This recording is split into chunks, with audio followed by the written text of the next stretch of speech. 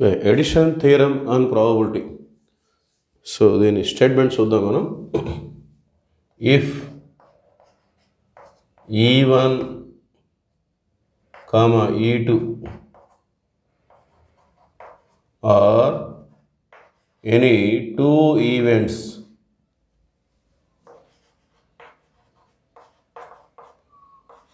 of a random experiment,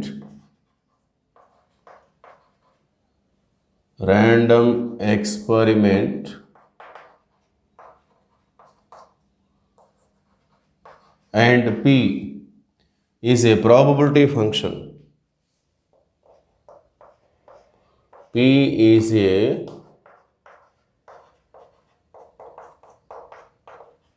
probability function. Then P of E1 union E2 can be written as, or it is equal to P of E1 plus P of E2 minus P of E1 intersection E2. So this is the statement of addition theorem on probability. If E1, E2 are any two events of a random experiment and P is a probability function, then P of E1 union E2 is equal to P of E1 plus P of E2 minus P of E1 intersection E2. So దీన్ని మనం prove చేసుకోవాలి. Proof. So దీని ప్రూఫ్ని మనం two కేసెస్లో మనం prove చేస్తాం. First case one వచ్చేసి if E1 intersection E2 is equal to 5. That means these two are disjoint sets or are mutually exclusive events. When E1 and E2 are mutually exclusive events, we have to prove this theorem.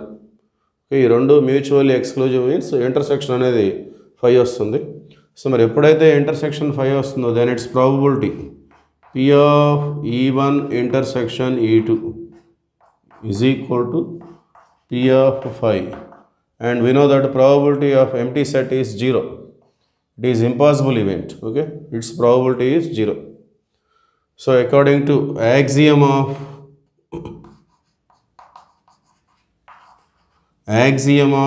additivity, if E1 intersection E2 is equal to 5, then P of E1 union E2 can be written as P of E1 plus P of E2. So మనకి P అనేది probability ఫంక్షన్గా define చేస్తారు. Probability function అంటే ఒక 3 యాక్సియమ్స్ని follow అవుతుంది. Axiom of non negativity, axiom of certainty, axiom of additivity. So axiom of additivity అంటే అర్థం ఇది, E1 E2లు అనేవి రెండు మ్యూచువల్లీ ఎక్స్క్లూజివ్ ఈవెంట్స్ అయితే యూనియన్ని మనం ఇలా రాయొచ్చు అనేది మనకి యాక్సియం ఆఫ్ ఎడిటివిటీ అనేది ఇండికేట్ చేస్తూ ఉంది. ఓకే, సో దీన్ని మనం ఈ విధంగా రిప్రజెంట్ చేస్తాం. P of E1 union E2 is equal to P of E1 plus P of E2 minus 0. 0 అంటే P of E1 intersection E2 అనేది 0 కాబట్టి మనం అలా ప్రూవ్ చేయాలి కాబట్టి ఆ విధంగా తీసుకుంటాం. Therefore finally P of E1 union E2 is equal to P of E1 plus P of E2 minus 0 means we already get P of E1 intersection E2. So ఇలా రాయడం వల్ల మనకి ఇబ్బంది ఏం లేదు, ఎందుకంటే it's value is 0. Okay, so this is case 1. రెండు కూడా మ్యూచువల్లీ ఎక్స్క్లూజివ్ ఈవెంట్స్ తీసుకొని మనం ప్రూవ్ చేసాం. మరి మ్యూచువల్లీ ఎక్స్క్లూజివ్ ఈవెంట్స్ అంటే వెన్ డయాగ్రామ్ వచ్చేసి మనకి ఈ విధంగా ఉంటుంది.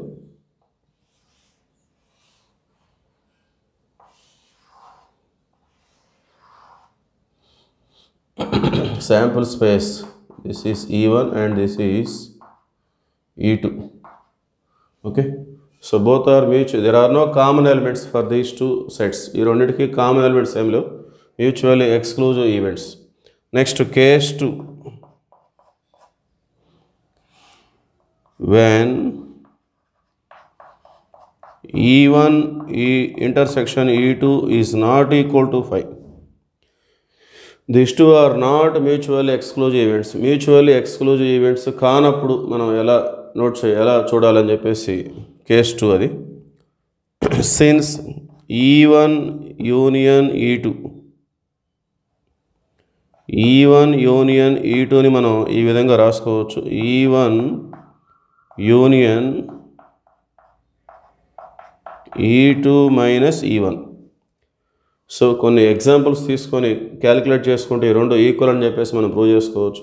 E1 union E2 can be written as E1 union E2 minus E1. ఈ రెండు కూడా ఈక్వల్. ఓకే, సెట్స్కి సంబంధించినటువంటి ఒక ఫార్ములా అది, దాన్ని మనం తీసుకోవాలి.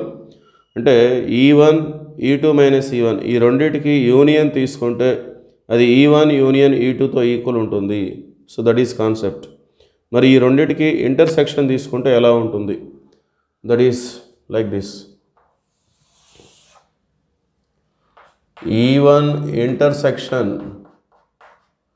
E2 minus E1.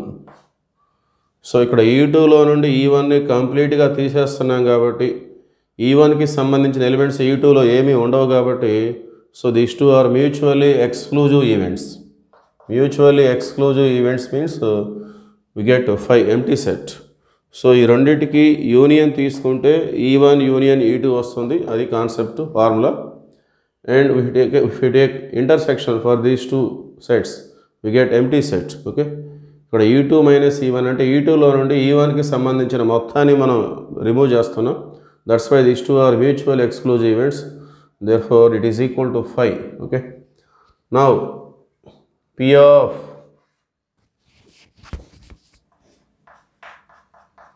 E1 union E2. So ఇప్పుడు దీనికి మనం ప్రాబబిలిటీ అప్లై చేద్దాం. సో ఈ యొక్క స్టేట్మెంట్కి probability P of E1 union E2, దీని ప్లేస్లో దీన్ని మనం రిప్రజెంట్ చేయాలి. P of E1 union E2 minus E1.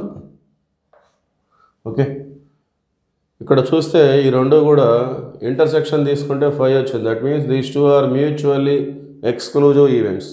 Okay, for mutually exclusive events according to axiom of additivity union can be written as like this.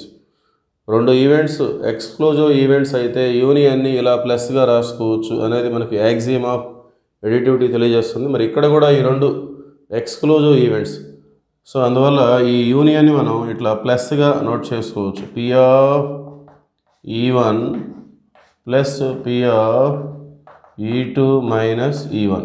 Okay, union become plus if these two are mutually exclusive events. Okay, and this can be written as P of E1 plus P of E2 minus E1. దానికి సంబంధించిన formula ఈ విధంగా ఉంటుంది. E2 minus of E1 intersection E2. Okay, E2 minus of E1 intersection E2. So దీన్ని ఇలా represent చేయవచ్చు. That means E2 minus E1 is equal to E2 minus of E1 intersection E2. So ఈ రెండు కూడా ఒకటే, ఈ రెండు ఒక ఫార్ములా లాగా మనం గుర్తుపెట్టుకోవాలి. E2 minus E1 is equal to E2 minus of E1 intersection E2. కొన్ని ఎగ్జాంపుల్స్ ద్వారా ఈ రెండు ఈక్వల్ మనం ప్రూవ్ చేసుకోవచ్చు. Next that is equal to P of E1 plus next ఈ రెండింటికి మనం ప్రాబబిలిటీని సపరేట్ చేసుకోవడమే. P of E2 minus P of E1 intersection E2. Then second case is also over. రెండో కేసు కూడా అయిపోయింది, మనకి మన స్టేట్మెంట్ వచ్చేసింది. Therefore P of E1 union E2 is equal to P of E1 plus P of E2 minus P of E1 intersection E2. So case 2కి సంబంధించినటువంటి Venn diagram మనకి ఈ విధంగా ఉంటుంది. ఇక్కడ ఇంటర్సెక్షన్ అనేది ఉంది కాబట్టి మనం ఈ విధంగా రిప్రజెంట్ చేస్తాం. E1 E2. సో ముందు మనం vertical lines horizontal line draw చేసుకోవచ్చు.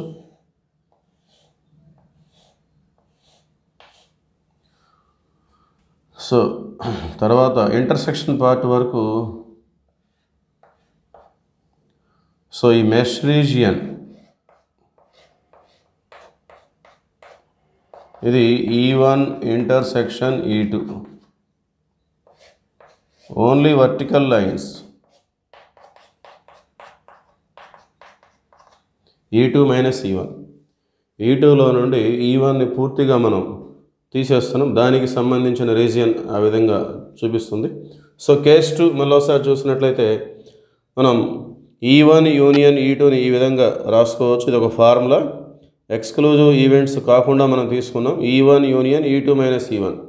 మరి ఈ రెండింటికి ఇంటర్సెక్షన్ తీసుకుంటే ఏమొస్తుందంటే 5 వస్తుంది. ఈ రెండింటికి ఇంటర్సెక్షన్ తీసుకుంటే 5 వస్తుంది. So these two are mutually exclusive. So according to axiom of additivity P of E1 union E2. సో దీని ప్లేస్లో దీని వాల్యూ మనం రాసాము ఫార్ములా. సో యూనియన్ అనేది ప్లస్గా మారిపోతుంది if these two are mutual exclusive.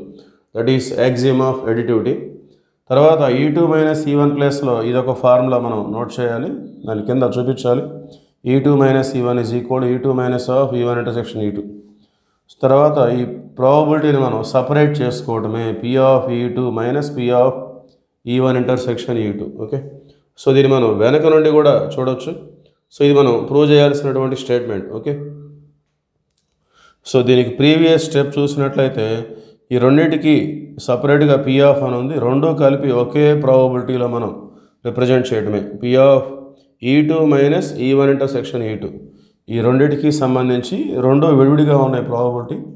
వెనక నుండి చూస్తే ఒకే ప్రాబబిలిటీలో రిప్రజెంట్ చేయడమే, P అనేది కామన్ తీసుకుంటే అలా. సో దీనికి సంబంధించి ఇది ఫార్ములా. ఓకే, సో ఈ రెండింటికి యూనియన్ ఆ విధంగా కూడా మనం కొంత అర్థం చేసుకోవచ్చు. So finally this is the addition theorem on probability.